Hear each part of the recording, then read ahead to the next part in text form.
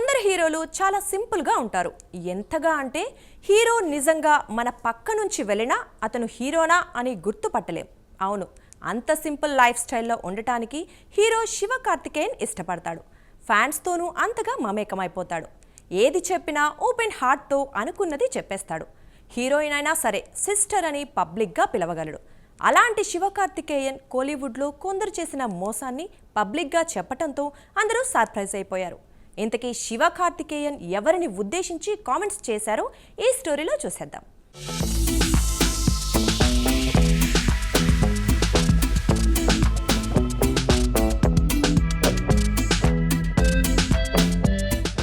Background లేకుండా వచ్చి ఇండస్ట్రీలో హీరోగా నిలబడడం చాలా పెద్ద విషయం. అంత కష్టపడినా కూడా అలాంటి హీరోలకు ఒక్క స్టేజ్ వచ్చే వరకు విలువ ఉండదు.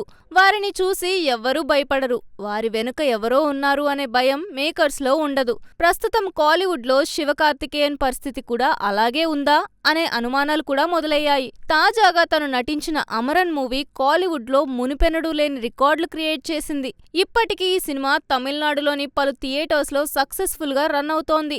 అమరన్ మూవీ 100 డేస్ ఫంక్షన్లో శివకార్తికేయన్ మాట్లాడిన మాటలు తాజాగా వైరల్ అవుతున్నాయి.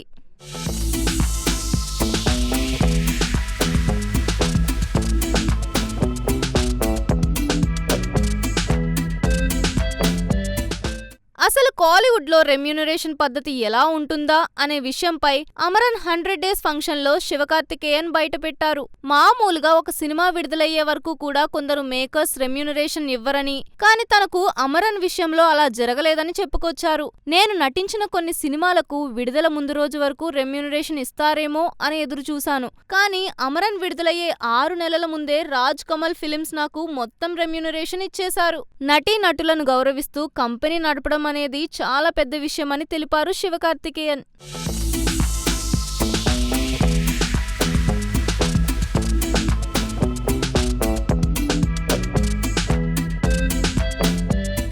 అమరన్ సినిమాలో శివకార్తికేయన్, సాయి పల్లవి హీరోయిన్లుగా నటించగా దానికి భారీ బడ్జెట్ తో నిర్మించారు కమల్ హాసన్. తన రాజ్ కమల్ ఫిల్మ్స్ ఇంటర్నేషనల్ బ్యానర్లో ఈ movie తెరకెక్కించారు.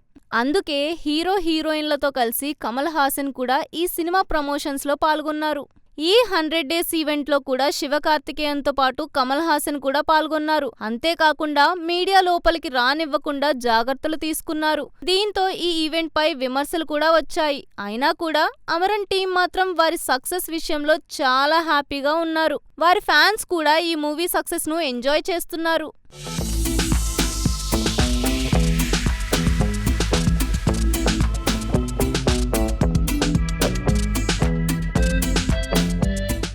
Amaran cinema success credit అంతా శివకార్తికేయన్ కే ఇచ్చేశారు కమల్ హాసన్. యాక్టింగ్ విషయంలోనే కాకుండా తను ప్రతి విషయంలో డెడికేటెడ్ గా ఉంటాడని ప్రశంసించారు.